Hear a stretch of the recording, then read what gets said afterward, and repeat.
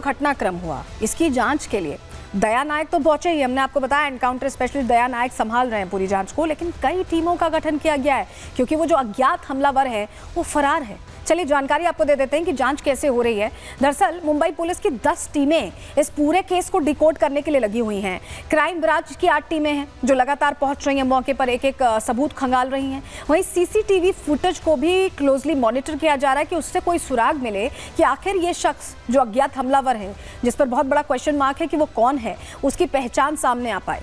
Forensic team भी यहाँ जांच कर रही है, हमने आपको तस्वीर भी दिखाई थी। इन्वेस्टिगेटिव टीम पहुंची है और फिंगरप्रिंट्स और तमाम जो माइन्यूट डिटेल्स हो सकती हैं उस पर नजर है। डॉग स्क्वाड भी पहुंचा और एक एक चीज यहाँ पर पहचान के लिए कोशिश हो रही है क्योंकि पहचान नहीं है कि आखिर वो शख्स कौन है। वहीं आपको बताएं कि डीसीपी कह रहे हैं कि एक एक्यूज्ड आइडेंटिफाई हो चुका है। क्या और बड़ी बातें कही है डीसीपी ने, सुनिए जरा। एक्यूज्ड फायर एस्केप का यूज करके इनके घर पे गया था। अभी तक के इन्वेस्टिगेशन में ये एक चोरी का अटेम्प्ट था, ऐसा हमारे इन्वेस्टिगेशन में निष्पन्न हुआ है। एक्यूज्ड को जल्दी अरेस्ट करने की कोशिश हमारी चल रही है। एक एक्यूज्ड आइडेंटिफाई हो चुका है, उसने स्टेयरकेस का यूज़ किया था, ये पता चला है। उस एक्यूज्ड को अरेस्ट करने के लिए टीम्स फील्ड पर है।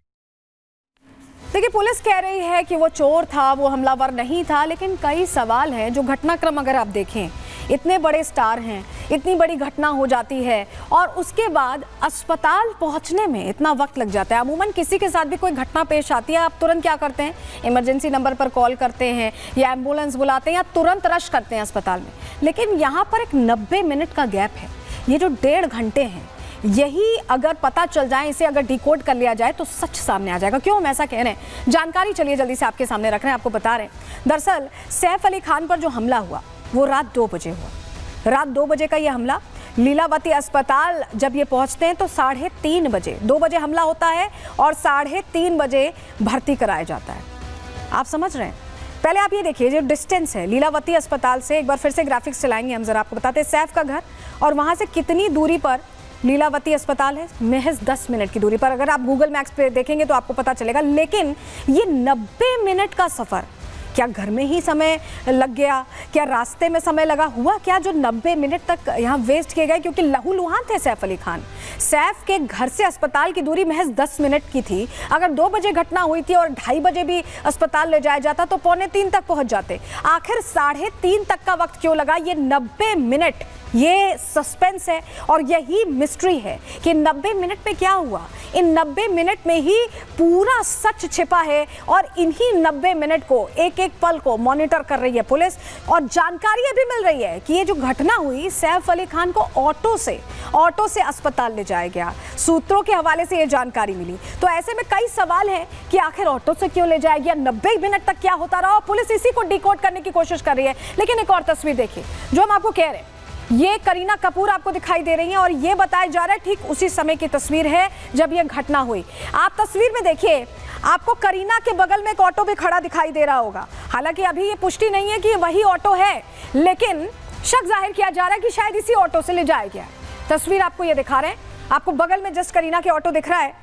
और ऐसे में कई सवाल हैं जो इन 90 मिनट को लेकर खड़े हो रहे हैं और इसी 90 मिनट को डिकोड करना इसीलिए जरूरी लग रहा है क्योंकि सच तभी सामने आए। देखिए, पुलिस कह रही है कि चोरी की कोशिश थी, लेकिन अलग अलग थ्योरी है। थ्योरी अलग अलग कैसे है, समझिए। पुलिस का जो बयान है, उनका कहना है कि नौकरानी से अनजान शख्स की बहस हो रही थी, लेकिन सैफ की टीम ने, सैफ की जो पीआर टीम है, उसने भी कहा कि सैफ के घर में चोरी की कोशिश हुई। पुलिस कह रही है कि सैफ ने बहस में बीच बचाव किया, यानी सैफ ने यहाँ हीरो बनके, रियल हीरो बनके, रियल हीरो नहीं, रियल हीरो बनके बचाने की कोशिश की मेट को। लेकिन सैफ की टीम क्या कह रही है कि अज्ञात शख्स ने अचानक से चाकू से हमला कर दिया। बहस का यहाँ कोई जिक्र नहीं है। सैफ की टीम की तरफ से जो वर्जन आया उसमें बहस का कोई जिक्र नहीं है। पुलिस का ये बयान है कि गुस्से में शख्स ने सैफ पर हमला किया, गुस्से में अटैक किया। वहीं सैफ की टीम कह रही है कि हमले में सैफ को गंभीर चोटें आई हैं। ये जो बहस का यहाँ जिक्र पुलिस कर रही है, उसका जिक्र यहाँ कहीं नहीं आ रहा है। जो सैफ की टीम है वो क्लियर ये कह रही है कि हमला हुआ, अटैक हुआ और वो चोटिल हो गए। तो ये तमाम जो थ्योरीज हैं वो भी फ्लोट करें। एक और थ्योरी आगे आपको बताने वाले हैं, लेकिन पहले चलिए ज़रा एक तस्वीर आपको दिखा देते हैं। सैफ की सुरक्षा को लेकर सवाल ये खड़े हो रहे हैं कि जैसा कि मैं पहले भी कह रही थी कि किसी भी सिक्योरिटी सोसाइटी में आप देखें तो पहले एंट्री गेट पर यहाँ पर चेकिंग होती है, गार्ड्स खड़े होते हैं, फिर आप टावर गेट पर आते हैं, वहाँ पर गार्ड्स खड़े होते हैं और उसके बाद तब आप ऊपर जा पाते हैं। तो ऐसे में सुरक्षा गार्ड से भी पूछताछ हो रही है, क्योंकि एंट्री कैसे हो गई, गार्ड्स तो मॉनिटर करते हैं ना, किसी की भी एंट्री होती है तो पूछते हैं कि आपको किससे मिलना है, क्या करना है। और आजकल तो एप्लीकेशंस हैं जिसमें आपको अप्रूवल देना पड़ता है किसी के आने का।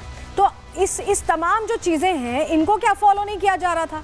ऐसे में सैफ पर यह हमला हो जाना, सैफ के घर के अंदर किसी अनजान शख्स का घुस जाना कई सवाल खड़े करता है। समझिए आपको ऐसा हम क्यों कह रहे हैं। दरअसल हाई सिक्योरिटी सोसाइटी है ये, जिसमें हमलावर घुसा। कैसे घुसा ये प्रश्न है। हमले के बाद अचानक से भाग भी गया, चलिए हमला किया उसने, पकड़ में भी नहीं आया, भागने में भी कामयाब हो गया, ये भी प्रश्न है। वारदात के समय सभी सुरक्षा गार्ड्स जो होते हैं अलग अलग एंट्री पर, टावर गेट पर, हर फ्लोर पर, वो कहाँ थे।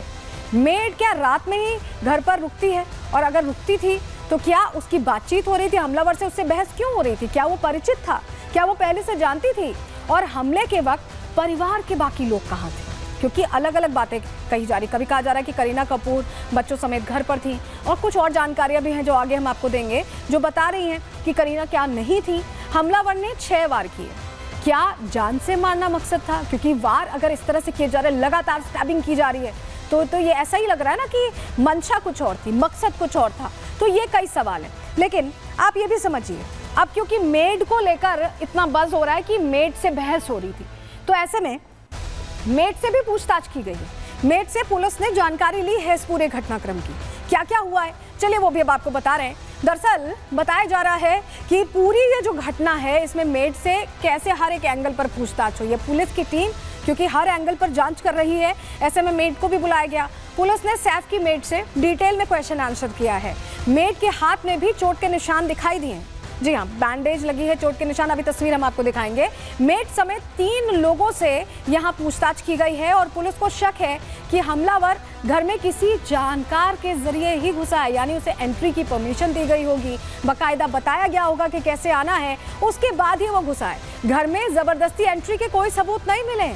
ऐसे में पुलिस ये खंगाल रही है कि ऐसे एंट्री हुई कैसे, किसने मदद की, किसने एंट्री दी। और चलिए आपको हम बता रहे हैं कि क्योंकि मेड से पूछताछ हो रही है तो चलिए जरा तस्वीर भी दिखा देते हैं, क्योंकि पुलिस थाने पहुंची है मेड, वो तस्वीर भी आपके सामने दिखा रहे हैं। ये देखिए, ये वो मेड है, इनका नाम लीना है और इन्हें पूछताछ के लिए बुलाया गया। बताया जा रहा है नैनी है ये बच्चों की, जो दोनों बच्चे हैं सैफ और करीना के, और इनके हाथ में आप बैंडेज देख रहे होंगे, वो बैंडेज वही चोट है जो लगी है, लेकिन इनके हाथ पर इतनी गंभीर चोट नहीं है। सैफ अली खान को तो ऐसा लग रहा है कि मारने की मंशा से यहाँ पर स्टैब किया गया है, क्योंकि 6 बार इतने गहरे तरीके से चाकू घोंपना जिसे कहते हैं,